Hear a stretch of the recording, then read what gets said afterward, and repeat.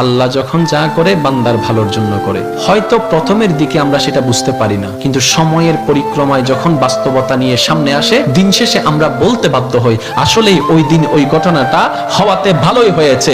আল্লাহ কখনো বান্দার ক্ষতি চাই না। আল্লাহ যদি ক্ষতি চাইতেন সকালের নামাজ না পড়ার কারণে কান্না করে দিতে পারতেন, যদি আল্লাহ ক্ষতি চাইতেন দুপুরে নামাজ না পড়ার কারণে ল্যাংড়া করে দিতে পারতেন। আল্লাহ সেটা চান না। আল্লাহ চাই বান্দার সব সময় ভালো। আর মা তো দেখেন জন্ম দেওয়ার কারণে সন্তানের তো অপরাধ করার পরও মা সন্তানের প্রতি কতই ভালোবাসা, কতই মায়া, বাবার কাছ থেকে সন্তানের পিঠকে বাঁচাই ফেলছে, এরকম হাজারো মা আছে ওই মায়ের জন্য। কিন্তু আল্লাহ পাক রব্বুল আলামিন বান্দার উপর কতটুকু ভালোবাসে দিয়েছেন সেটা আমরা বান্দারা বুঝতে পারি নাই বলে শয়তানের ফাঁদে বারবার পা দিয়ে আটকাই যাচ্ছি। মনে রাখবেন, মনের মধ্যে কথাটা বসাই ফেলবেন, আল্লাহ যখন যা করে বান্দার ভালোর জন্যই করে। একদিন না একদিন সেই ভালোটা আপনার বিবেকে এবং মনে প্রমাণ হয়ে সামনে চলে আসবে।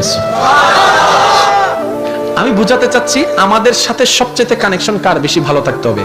বান্দা হিসেবে আল্লাহর, উম্মত হিসেবে নবী রাহমাতুল্লিল আলামিন। এখানের ভিতর যে কেউ চাইলে জীবন সাজাই ফেলতে পারবে। আমি বলছি যে কেউ, anybody, you can do it, not impossible. Because impossible শব্দটাকে যদি একদম ভালো করে গভীরভাবে দেখেন, সেখানের ভিতর আপনি আশ্চর্যভাবে একটা জিনিস দেখবেন, ইম্পসিবল। একটু যদি ডিফাইন করেন, ভাগ করেন, দেখবেন I am possible. Impossible, possible কে আলাদা রাখেন, আই এম কে আলাদা রাখেন। I am possible.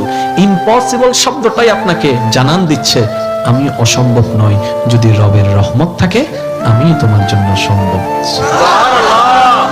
বিদেশে যাওয়ার আগে আপনার এলাকায় দেখেন টিকিট চলে আসছে, ভিসা চলে আসছে, টিকিটের টাকা নেই। অনেক ছিল, কেমনে কেমনে টাকার ব্যবস্থা হয়েছে, সে বিদেশ চলে গিয়েছে।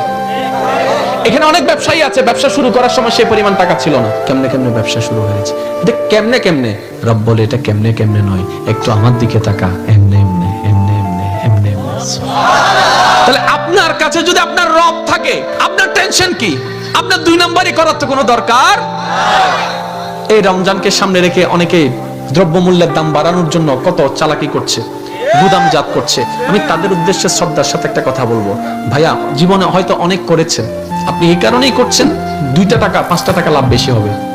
এই সেক্টরে না হয় আপনার 10,000 টাকা 10 কোটি টাকা লাভ হলো, অন্য সেক্টরে যদি 20,000 কোটি টাকা খরচ হয়ে যায় তখন কি করবে? কারণ জগতের মানুষ সবাই জানে যে অন্যের জন্য গর্ত করে সে গর্তে সে নিজেই পতিত হয়, এই কথা নিয়ে কারো কোনো দ্বিমত নেই। যে অন্যের কষ্টের কারণ হয় সে নিজের জীবনে কষ্টকে দাওয়াত দেয়, এই কথা নিয়ে কারো কোনো দ্বিমত নেই। আপনি ধর্মের কথা বাদ দেন, একজন মানুষ হিসেবে চিন্তা করে দেখেন, যারা কোটিপতি তারা বাজারে যাচ্ছে না, অফিস থেকে টাকা দিয়ে দিচ্ছে, ঘর থেকে স্লিপ দিয়ে দিচ্ছে, ফোন করলে বাজার চলে আসতেছে, হিসাবও নিচ্ছে না। কিন্তু আমাদের মতো যারা গরিবরা আছে, দিনে এনে দিনে খায়, অল্প কিছু টাকা ইনকাম করে সেখান থেকে কিছু ভাগবটারা করে চাউল নেই, অল্প করে চাউল নেই, অল্প করে ডাল নেই। একবার ভেবে দেখেন তো, আপনি যেগুলাকে মওজুদ করে দাম বাড়িয়ে দিচ্ছেন, এগুলো আপনি আমি কেউ বানাই নাই, সব রবের দেওয়া নিয়ামত। আমরা ধান রোপণ করেছি, ওইটাকে ধান বানিয়ে দিয়েছেন রব। আমরা বীজ বপন করেছি, গাছ বানিয়ে দিয়েছেন রব। আর একটু জোরে বলেন না সুবহানাল্লাহ। আমরা যেগুলা গুদামজাত করছি সব রবের দেয়া নিয়ামত, আর রব দিয়েছেন শুধু তার বান্দাদের জন্য। এবার আপনি আমি যদি সে বান্দাদের কাছে খাবারটা পৌঁছানোর জন্য একটা দেওয়াল হয়ে দাঁড়াই, রবের কাছে আপনি আমি আসামি হয়ে যাব। আমি শ্রদ্ধার সাথে বলবো, আপনার যা দরকার আপনার রব আপনাকে দিবে, আপনি শুধু অন্তর থেকে সবার কাছে খাবারটা পৌঁছায় দেন। হয়তো আপনার দুনিয়াবি ক্ষেত্রে 2টা পয়সা লস হবে, কিন্তু অন্যদিকে দেখবেন আপনার রব আপনাকে আরো 10 গুণ বাড়াই দিবে। কিভাবে? মানজা বিল হাসানাতে ফালাহু আশরু আমসালিহা। যে রবের জন্য 1 দেয়, রব তাকে বিনিময়ে 10 দেয়।